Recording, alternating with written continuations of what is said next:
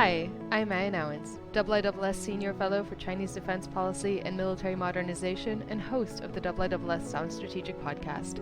In today's episode, we're taking a deep dive into the 20th National Congress of the Communist Party of China, or in short, the 20th Party Congress, which took place mid-October in Beijing. The event was widely anticipated to cement Xi Jinping's third term in power at head of the state and CCP, and reflect the level of political control he has been able to amass over the last 10 years.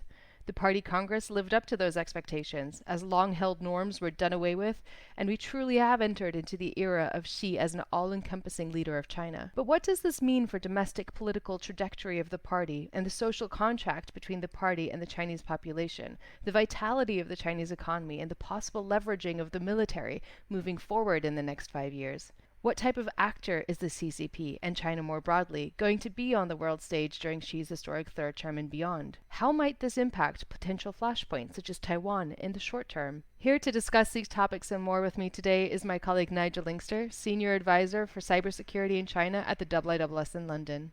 Nigel, welcome back onto the show. It's always a pleasure to have you on. It's great to be here again. We've had a little bit of time to digest what happened at the 20th Party Congress, which occurred mid-October. What stood out to you? Yeah, a number of things. In order of priority, I think the most important was the way in which Xi Jinping comprehensively dominated the selection of the new Politburo Standing Committee. I think I was one of many analysts who thought that Xi would feel obliged to throw the odd bone in the direction of other political interests, in particular the Communist Youth League. But in the event, this didn't happen at all. He really did, scoop the pool, so to speak, and in the process completely emasculate those elements of the leadership that had come up through the Communist Party Youth League system.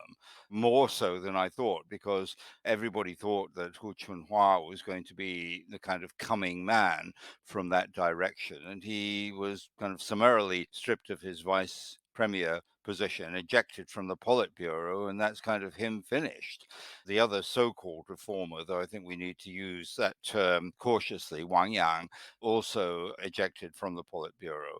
And we've now got a top leadership, none of whom has anything resembling an independent power base, and everyone totally dependent upon Xi Jinping. To my mind, that was the thing that stood out. I thought the general atmosphere was rather different in that we saw much less of the leadership publicly schmoozing with the party faithful than we have typically seen. They tended to appear only in the formal sessions, and the formal sessions were very formal and scripted. Of course, they always are. But this too seemed to me quite interesting. There are one or two minor episodes that attracted attention, of course. The whole question of why Hu Jintao left the final session of the Congress.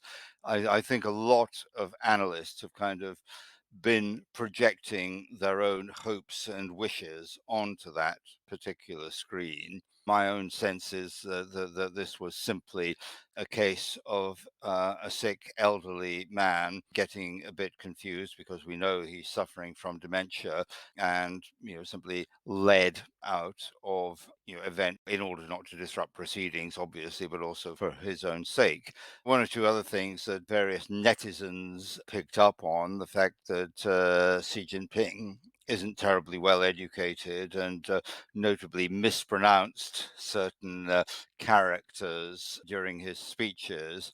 And afterwards, I think the head of the Central Policy Research Office, who was giving an account of proceedings, said something and then realized that Xi had mispronounced it. So promptly corrected himself, so to speak, and went on to mispronounce it. These minor distractions were few and far between.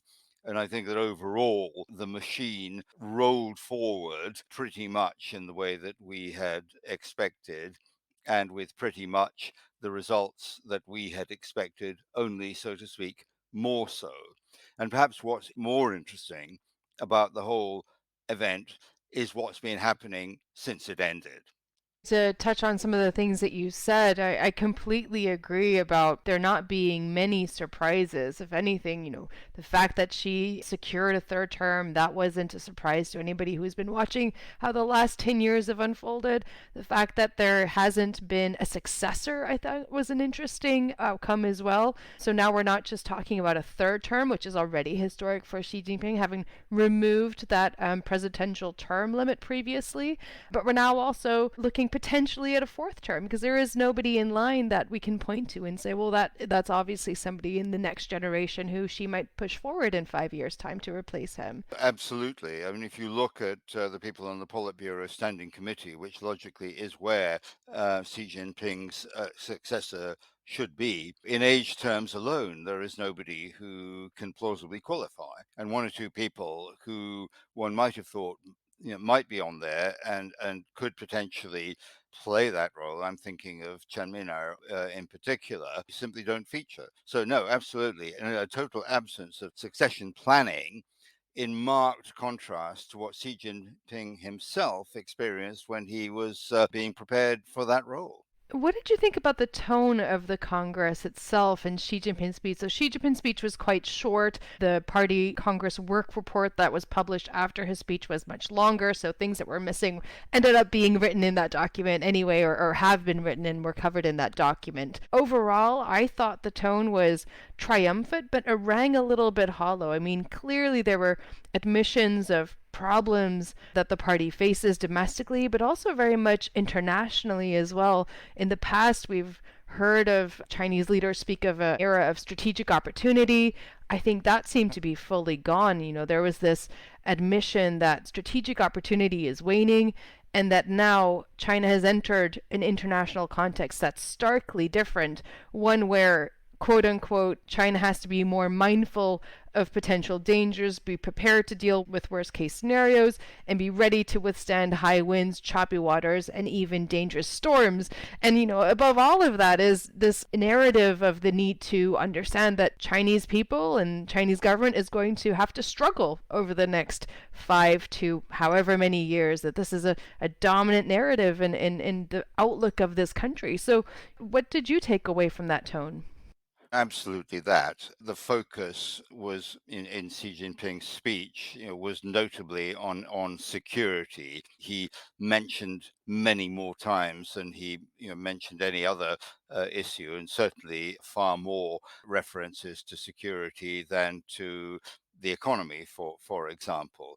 And yes, I mean, there was one mention of a period of strategic opportunity, but that was qualified by a following clause which emphasized that simultaneously that we're entering a period of growing risks, and that message was clearly being hammered home, as was the narrative of struggle which Xi Jinping has progressively been building during the last few years of his last term, and that has been very much carried forward in the things that Xi Jinping has done and said since the Congress ended. So, yes, the messages are triumphal, and there was great progress on the so called achievements of the last 5 years, though some of them, as you say, look a bit hollow. The struggle against COVID, for example, and anybody who imagines that that has been won has clearly not been paying attention.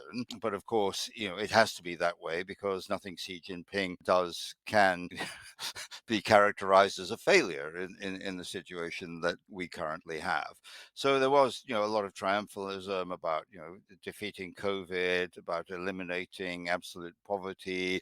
And whilst the United States was never mentioned by name, it was, very clear that United States actions and behavior were weighing heavily on the minds of China's leadership going forward, going to be a considerable determining factor in what happens, for better or worse. I mean, there are one or two other things that come from that. Firstly, anybody who thought that zero COVID was going to be relaxed the minute the party congress was over, I think will have been disappointed. There are rumors going round now about a committee, supposedly under Wang Huning, which is supposed to be looking at ways of nibbling at the edges of current zero COVID strategy, but I think there's a profound skepticism about whether that even exists, and if so, how far it will go. There was some speculation that after the party congress, the wolf warrior diplomacy that has emerged under Xi would be ratcheted back. It is quite clear that that is absolutely not going to be the case. The broad conclusion that I draw from all of this is, firstly, politics is in command in a way that it's not been since the Mao era, and ideology is absolutely key. I mean, there were some things that we were expecting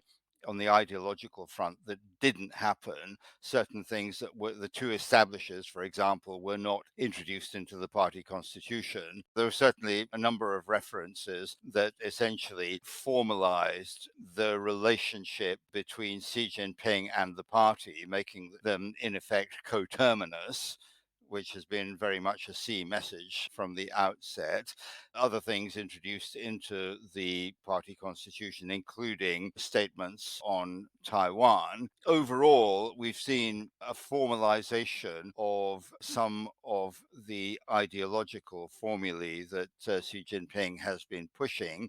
We didn't see him declared leader or helmsman or any of the other titles that we suspected he might have arrogated to himself during this Congress. That does not mean that this won't happen. It just means it hasn't happened yet. He's clearly shown he has enough grip of the party and the state establishment as well in China for it perhaps to be superfluous at this point in time, though perhaps for personal and legacy reasons in some point in the future we'll see that happen.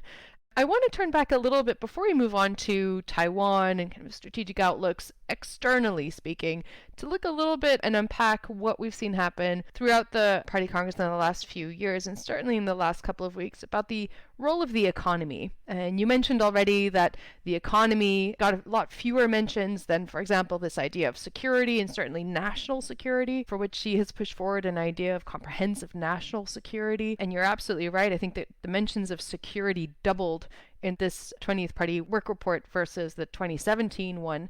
What does that mean at the end of the day? I mean, does that mean that the economy is taking a backseat to you? It would seem to me that the way we've thought about the legitimacy of the party, what that's based on is continuous economic growth, and if not continuous economic growth at the same rate, at least the promise that every generation will have a better quality of life than the one preceding it. What does this mean for that social contract between the party and the people and the way that we're going to see China be run over the next 5-10 years? Well, I think that Xi Jinping is in the process of rewriting that contract. It's pretty clear to me that Xi Jinping does not know a lot about the economy, isn't actually very interested in the economy, and to the extent that he is, sees it in very classic Marxist terms as being about production and distribution. Consumption, is not high on his agenda. We've seen him adopt a very Puritan approach to the excesses of some of his fellow party members, and I think that reflects a genuine dislike of conspicuous consumption on his part. If we look at the appointments that he's made, in terms of replacing the people he has been relying upon to manage the economy, Li Keqiang as premier, Liu He as vice premier, and Wang Qishan as a kind of advisor. These have been replaced by people who may have had some involvement in an engagement with the private sector. I'm thinking particularly of Li Qiang, who is probably going to be, the next premier replacing Li Keqiang. None of the people coming forward have anything like the broad understanding of how economies work and how the international economic order functions as the likes of Liu He and Wang Qishan, who do have a very deep knowledge. So there is a deficit there. Xi Jinping clearly wants to develop and promote a more statist approach to the economy. And it's interesting, for example, that we've just seen a major reopening of the kind of Maoist era distribution centers for agricultural produce. That's quite a sort of retrograde step, I think, in many ways. Xi Jinping is preparing to take China in a rather different direction from that which it has been pursuing for the last 30 years. The writing is on the wall for rapid economic growth in China, has been for some time. Figures are almost certainly much lower than presented. This is partly a reflection of a new reality, but partly a reflection of a deep ideological conviction that China needs to move in another direction. The numbers presented are likely to be lower than the ones published. That's certainly true. I would say even then were lower than they were expected to be if we look at targets from the government that were published. All of this to me is fascinating because we've seen such a drive towards making China a high-tech power, not just a powerhouse domestically or regionally, but globally as well, in terms of taking a global leadership role in advanced technologies. With the turn in the Chinese economy, the shift back to this Maoist era thinking about a planned economy and a command economy rather than a market-driven economy, and thinking about how much she has valued state-owned enterprises over the private sector, all of these things to me don't add up to a convincing picture. So for me, what I'm going to be looking at moving forward is what the role of the private sector really is going to be under President Xi. For me, that's a really big question, and what that ultimately means for those high-tech ambitions at the end of the day, for China to become an AI leader or a quantum leader or anything like this. Yes, a lot of funding I think is being directed towards these initiatives for China to be able to still achieve some of those goals. I mean, you in particular, Nigel, have been looking at how much energy and resources have been directed at the semiconductor question as China increasingly becomes cut off from the world's supply of advanced semiconductors. It's a question for me. The pieces of this puzzle don't yet fit together. No, I agree. What was the first thing he did with the new Politburo Standing Committee? Take them on a visit to Yan'an, which was kind of the crucible of the Communist Party. This was the revolutionary base, where it all happened. And he's evoked the spirit of the Red Flag Canal, and even talked about the foolish old man who moved mountains, which is a kind of Maoist voluntarist approach, that sort of human endeavor can conquer all obstacles, and a kind of call to arms to China's youth to abandon their indulgent lifestyles and be prepared to shed blood in order to carry the vision of a new China. But going to your point, I mean, I agree. I don't think that what we are seeing at the moment is a coherent economic model. China's been trying for some time now to reduce, if not eliminate, its reliance on external and particularly US technology. It's spent billions of dollars trying to develop advanced semiconductor production in China. And most of that money has gone down the drain. I mean, there's a $40 billion central fund, so called big fund, that was designed to achieve this outcome. And all the top people managing that fund are now under investigation for corruption because they've spent all this money and they've got practically nothing to show for it. And we've seen something similar happening in the provinces where, even larger sums have been spent to very little effect. And all of this, of course, has coincided with a decision by the United States to really clamp down on the sale of advanced semiconductors and machinery for making them. And this is going to be extended very soon to other areas, artificial intelligence, biotechnology, quantum, etc., etc. Nobody can be quite certain how far America is going to go and what the impact of it will be. But the cumulative effect of what the United States has been doing is clearly not going to be helpful to China in terms of its technology and economy ambitions. You mentioned about, this call to rallying in China, this sense of struggle that's being discussed. But I think the other thing that I noted is that the threat perception seems to be more externally focused than domestically focused. And I wonder how you read the comments made in the work report and some of the appointments made, I suppose, with regards to Taiwan and the position that the next 5 years of this leadership team might take on Taiwan. in a way, we got mixed messages in relation to Taiwan. There was a clause introduced into the party constitution committing the party to resolutely opposing Taiwan independence and also calling upon the military to kind of up their game and get ready for 21st century wars. On the other hand, we also had a fairly lengthy piece in the report which talked about the fact that people of Taiwan, were Chinese, blood is thicker than water. We want to promote peaceful reunification. And we want to make a clear distinction between the majority of the Taiwanese people and a small number of those seeking to promote Taiwan independence. So the message was kind of, we still want to do it the soft way, but if we have to do it the hard way, that is what we are going to do.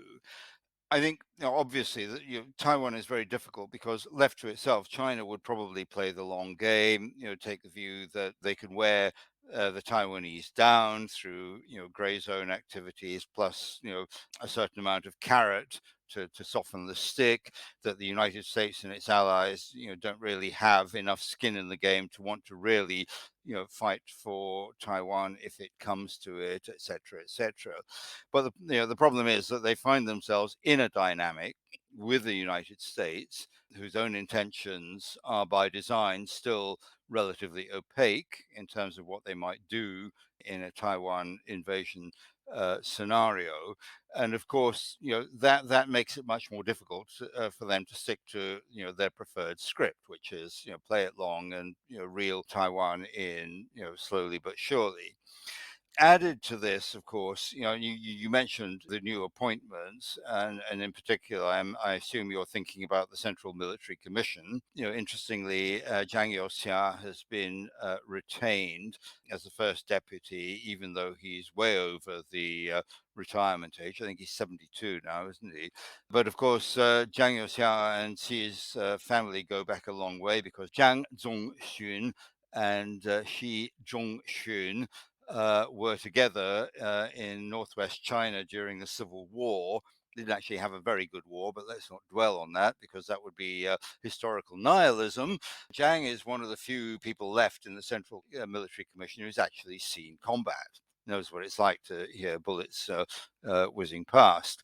The second deputy, I think, is the former head of the Eastern Military Region, which of course is the region responsible for the Taiwan Strait. So, we've got a concentration of effort there. Of course, everyone in the Central Military Commission now, is very much there as a function of Xi's own patronage. So he's got a very firm grip on the Central Military Commission. And obviously, the PLA will be looking hard at the whole Taiwan issue in the context of Ukraine, asking themselves what are, they know perfectly well what their main vulnerabilities are. The challenges for them are, to overcome them. And of course, they have certain features in common with the Russian army. They're both products of a Soviet military culture with a rigid top-down command structure, a lack of non-commissioned officers, and they still can't do real joint operations. What they call joint operations are actually operations by parallel service arms with a certain amount of communication between them. So they've got all these problems. The bottom line in all of this is that there's only one person who's really going to make any key strategic decisions, and that will be Xi Jinping. And nobody's going to be able to really argue against him. So if Xi Jinping, for whatever reason, comes to conclude that peaceful reunification is no longer on the table, there's precious little standing in the way of China moving in a more kinetic direction, whether that be a massive naval blockade or something more. We don't really know yet. No, I think I completely agree with you, Nigel, on all of those points. I think from the outside at first glance, a lot of media attention has been given to the fact that He Weidong actually served as the commander of the Eastern Theater Command. It's interesting that he was actually moved out of that role really briefly for a number of months earlier this year, even far prior to the Pelosi exercises, into the Joint Operational Command Center of the CEMC giving him a little bit more taste at a higher level, perhaps, of that joint operations in practice at a higher level than he would have perhaps been privy to as the commander of the Eastern Theater Command.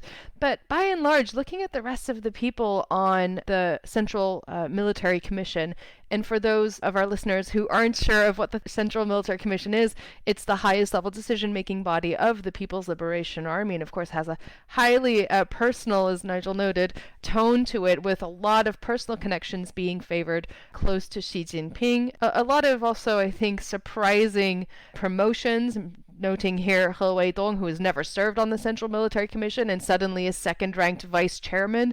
That's unheard of as well. But in terms of, what I see as the main trends is that political loyalty and whatever little bit of military experience there is left from this Sino-Vietnamese war, and perhaps, exercises or border skirmishes with India, those have been prioritized for ranking positions in or membership of the Central Military Commission, which gives you a flavor of the fact that she still values that experience, and also that experience is still needed to help professionalize and prepare the People's Liberation Army.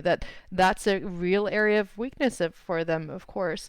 On the point of that jointness that you spoke of, I mean, it's really striking to me that there really isn't any representation of the PLA Navy or the PLA Air Force, both of which would be front and center to a Taiwan contingency, regardless of the shape that would take, I think. I mean, we have Admiral Miao Hua. He was retained as a member of the Central Military Commission, and although he's technically from the Navy, his background is PLA ground forces. He was a political commissar of the PLA Navy rather than a long-serving operational admiral in the PLA Navy. And from the Air Force, that's completely omitted.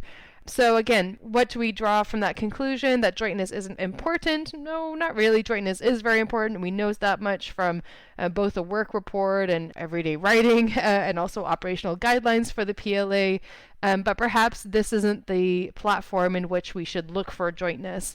Perhaps there aren't enough people that have gone through the system that reflect a joint background just yet. Perhaps the Central Military Commission is really about highlighting other priorities and administrative tasks. The last thing that I would note is that the likely to be next Minister of Defense for China, Li Shangfu, who's also a member of the Central Military Commission, has been sanctioned by the U.S. government as a result of China acquiring fighter jets and surface-to-air missiles from Russia previously. So he was sanctioned when he was the head of the CMC's Equipment Development Department in 2018. And so what happens when you have a defense minister who is technically meant to be your outward-facing official at the highest level that's meant to engage with the United States, hopefully in a bilateral fashion, and they've been sanctioned by that government in question? I mean, don't really know what's going to happen with that and how that can be resolved, or whether special arrangements may be made so that he can still participate in some sort of discussion outside of the United States and China. Well, it is a very good question. I mean, the US in the past has shown a capacity to be pragmatic here. I don't, envisage any visits to Washington anytime soon by, people at that level of seniority anyway. It's more a question of face. How can you expect the defense minister under sanction to be willing, to deal with the USA? So I think this is one the USA is going to have to solve, and if they want to, they will find a way. It's hardly comfortable. Maybe just, we're coming up to around 30 minutes. Maybe to wrap this up, what do you think all of this means for China on the international stage, both in terms of what we've seen since the Party Congress and how we should be thinking about the next 5 years? What type of actor are we dealing with? Well, I think we're going to be dealing with an actor that is more determined, more committed to pursue its strategic objectives, is going to be more, I guess, obstreperous, less willing to give ground on any issue that it perceives as being in its interest. I expect, the pressure from China to alter the model of global governments, to try to erode the US-led post-war model of global governance. I expect to see something similar happening within cyberspace, within the rules governing the cyber domain. China has calculated that it still has scope to try and peel Europe off from the United States, and we can expect to see that those efforts continue. I think China still enjoys significant appeal in what we rather ill-advisedly, in my view, talk about the developing world or global south. I think both unfortunately patronizing sounding terms, but we haven't come up with anything better. China is going to be very much in never apologize, never explain mode. In short, I think it's going to be a more difficult actor, partner, rival, adversary, call it what you will. I mean, Xi Jinping is by nature very stubborn, not readily disposed to change course or give ground. I suspect that if things continue to go wrong for China in the international arena, as I am pretty sure they will, that will not prompt changes in outlook, but will rather encourage China to kind of double down on the course on which it is now embarked. Yeah, it's not a very hopeful outlook, I'll admit. The one thing that I worry about, just to add on to that, and I fully agree with you on those points, and maybe circling back to the very start of our discussion, is the flexibility of China as an actor moving forward. I mean, we now have a leader who, yes, has cemented immense amounts of control over the party and over all branches of state and party bureaucracy. On the other hand, he's also surrounded himself with men who are unlikely to push back, men who are unlikely to show disagreement in terms of important areas of policy. So there's the question of whether or not that makes this a more predictable actor or a more unpredictable actor. And in my mind, it makes him a more unpredictable actor. Because at the end of the day, as you said, vis-a-vis Taiwan, there's only one person who's going to be deciding on policy, and that's going to be Xi Jinping, and none of us in the open source world have an idea or a sense as to what he's thinking, and have a good insight into his own personal thought. So in that sense, I would be readying myself for the next 5 years to see a China that could make decisions perhaps more rashly, that could perhaps then change its perception of being risk averse, could throw us some surprises, whether positive or negative. Yeah, Xi Jinping has developed something of a track record for taking risky and impetuous decisions. And as you say, Meia, there is now very little in the way of checks and balances.